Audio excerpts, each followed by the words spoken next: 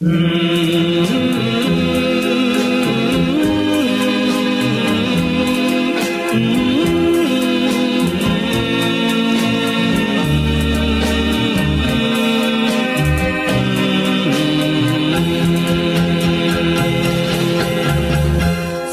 េងចំរៀងមួយមើលណាឡៃ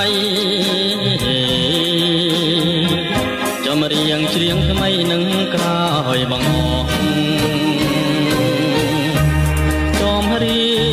ងអ្នកក្រងោស្នេហ៍ស្រណោស្ដាយចិនដែលស្មោស្ដាយឈ្មោះស្នេហាចំរៀងសោកស្ដាយคล้ายជាពរជ័យ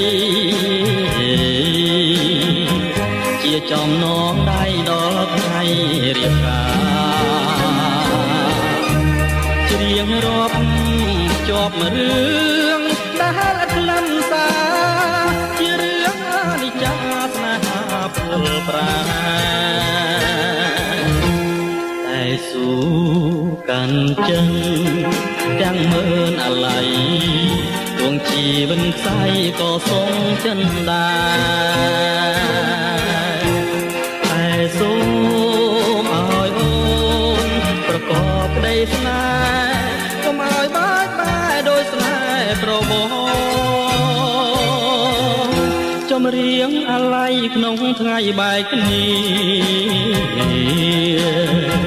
ទឹកណែច្រៀងលាគ្រាធ្លាំឆ្លើយឆ្លង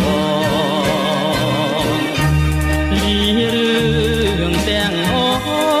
លាឈ្មោះអូនប